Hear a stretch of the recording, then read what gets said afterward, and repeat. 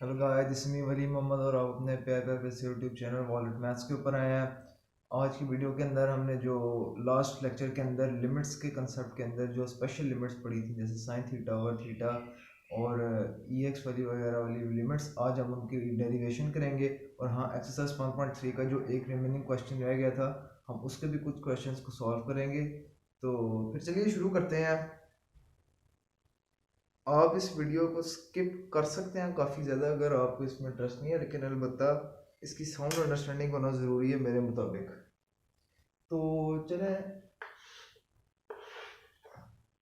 Consider करें कि आपके पास यहाँ पर एक यूनिट आर्क है। यूनिट आर्क मतलब ऐसी आर्क जिसका रेडियस जो है, ऐसा सेक्टर जिसका रेडियस 1 के बराबर हो। यानी ये कोऑर्डिनेट हो गया 10, ठीक है। और ये डिस्टेंस कितना हो गया, ये डिस्टेंस आर कितना हुआ, ये हुआ 1 के बराबर। यहाँ पर आपको बन रहा है एंगल थीटा। यहाँ पर आपने इसको परपेंडिकुलर लिया, इस पॉइंट से आपने परपेंडिकुलर लिया इस पॉइंट से आपने परपेंडिकुलर लिया क्या, ठीक है। और यहाँ पर आपके कोऑर्डिनेट्स बने cos थीटा और sin थीटा। और फिर उसी तरह आपने इसको थोड़ी सी एक्सटेंशन दी। एक्सटेंशन को मैं ग्रीन चौक से करूँगा। इसको आपने एक्सटेंड किया और आपने इसके अलावा परपेंडिकुलर खींचा, इसके अलावा परपेंडिकुलर खींचा। अब ये इसके परपेंडिकुलर हो गया, एंगल थीटा ही है। पहले परपेंडिकुलर हमने अंदर लिया था, अब परपेंडिकुलर हमने बाहर वाले पॉइंट से लिया, यानी यहाँ से लिया परपेंडिकुलर हमने। अब इस केस के अंदर जो है, इस केस के अंदर ये जो टोटल ये डिस्टेंस है, ये जो टोटल डिस्टेंस है, टोटल आर्क वाला डिस्टेंस है यहाँ तक, ये है 10 के बराबर। और टोटल डिस्टेंस कितना है, कोऑर्डिनेट कौन सा 10, डिस्टेंस कितना है एंड तक 1, ठीक है। अब यहाँ से हमने जो है ना डिराइव करना है। सबसे पहले जो है ना हम इनको नाम दे देंगे, ये है हमारा ओ पॉइंट, ओ ओरिजिन, ये हमारा पॉइंट ए, ये हमारा पॉइंट बी, बी ये फिर हमारा पॉइंट हो गया सी, ये हमारा पॉइंट हो गया पी। अब बस हमने डिराइव करनी है limit sign theta over theta. उसके लिए हम सबसे पहले निकालेंगे एरिया इस आर्क का, इस सेक्टर का। एरिया ऑफ सेक्टर क्या होगा, area of sector half r square theta. R क्या है 1 के बराबर, तो ये हो जाएगा थीटा बाई 2। एरिया ऑफ, अब हमने निकालना इस ट्राइंगल का, ट्राइंगल ए ओ सी का एरिया, ट्राइंगल ए ओ सी का एरिया, ठीक है। अब इसको हम कैसे निकालेंगे, ट्राइंगल का फार्मूला, एरिया का फार्मूला आता है 1/2 बेस इंटू हाइट। बेस यहाँ पर क्या है, यहाँ पर हमारी जो हाइट है वो क्या है 1 के बराबर, और बेस हमारी किसके, साइन थीटा के बराबर। तो यहाँ पर आ जाएगा half sine theta into 1, half sine theta. Area of triangle AOC भी आ गया हमारे पास। अब इसी के साथ हम आगे चलेंगे।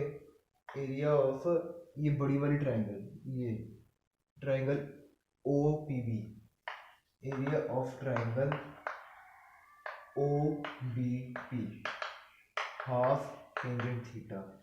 टेंजेंट थीटा कैसे आएगा, हमें चाहिए हाइट, ठीक है। हाइट हमारे पास, रेडियस क्या है, रेडियस हमारे पास 1 है, ठीक है। तो tangent theta is equal to height over base, base हमारे पास 1 है तो हाइट इसके बराबर है टेंजेंट थीटा, ठीक है। टेंजेंट थीटा, हाइट की जगह टेंजेंट थीटा आ गया, बेस की जगह 1 आ गया, तो हाफ टेंजेंट थीटा वही बात हो गई। अब यहाँ पर हम एक चीज़ को नोटिस करें, तो सबसे बड़ा एरिया है ये वाला, उससे छोटा ये वाला एरिया ऑफ सेक्टर, उससे सबसे छोटा एरिया इसका है, एरिया ऑफ ट्राइंगल एओसी का।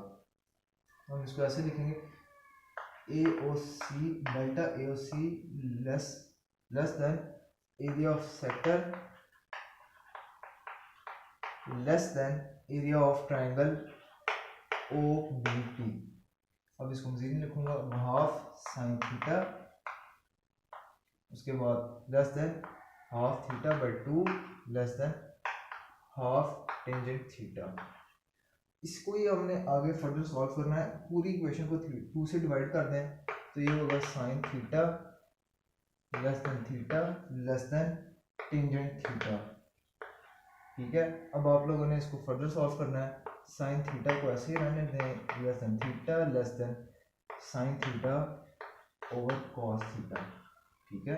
अब आप इस पूरी इक्वेशन को साइन थीटा से डिवाइड कर दें, करंट डिवाइड क्या आएगा, 1 divided by 1 less than theta sine theta less greater than, अब यहाँ पर साइन थीटा से डिवाइड हो गया तो 1 ओवर कॉस थीटा आ जाएगा।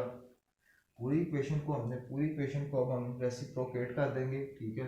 यानी इसका मतलब ये है कि इस इक्वेशन को अब हम इस फॉर्म में लिख लेते हैं, 1 greater than theta sine theta over theta greater than cos theta.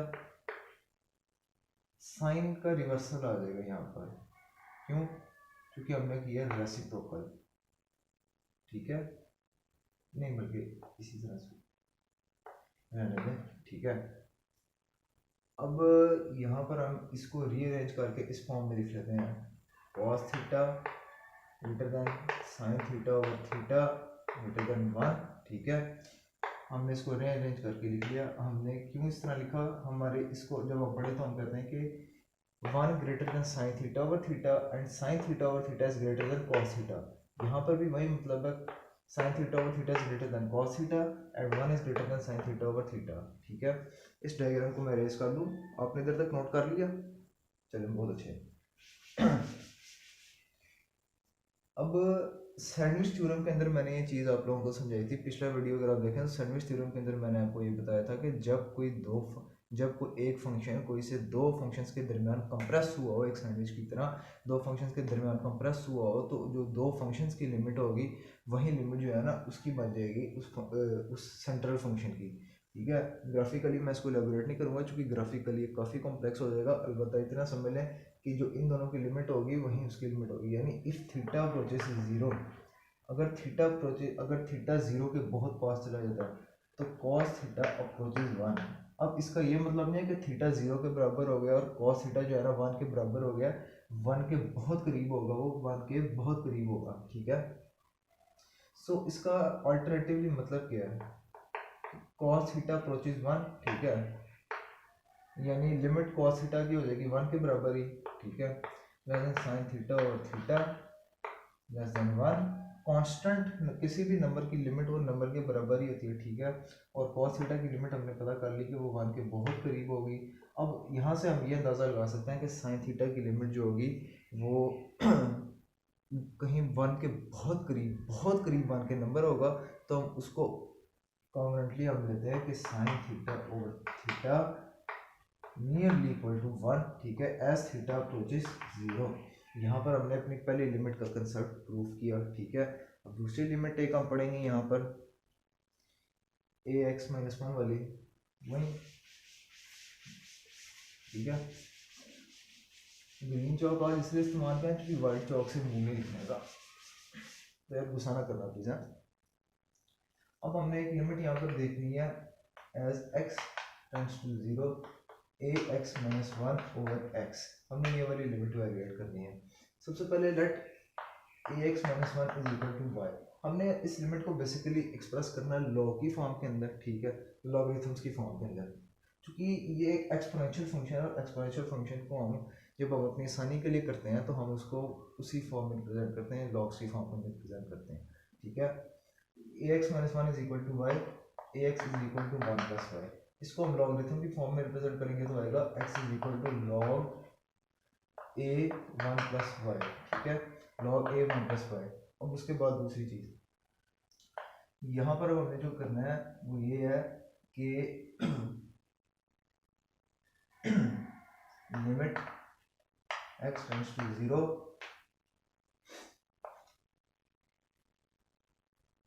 यहाँ पर अब आप ऐसा करें कि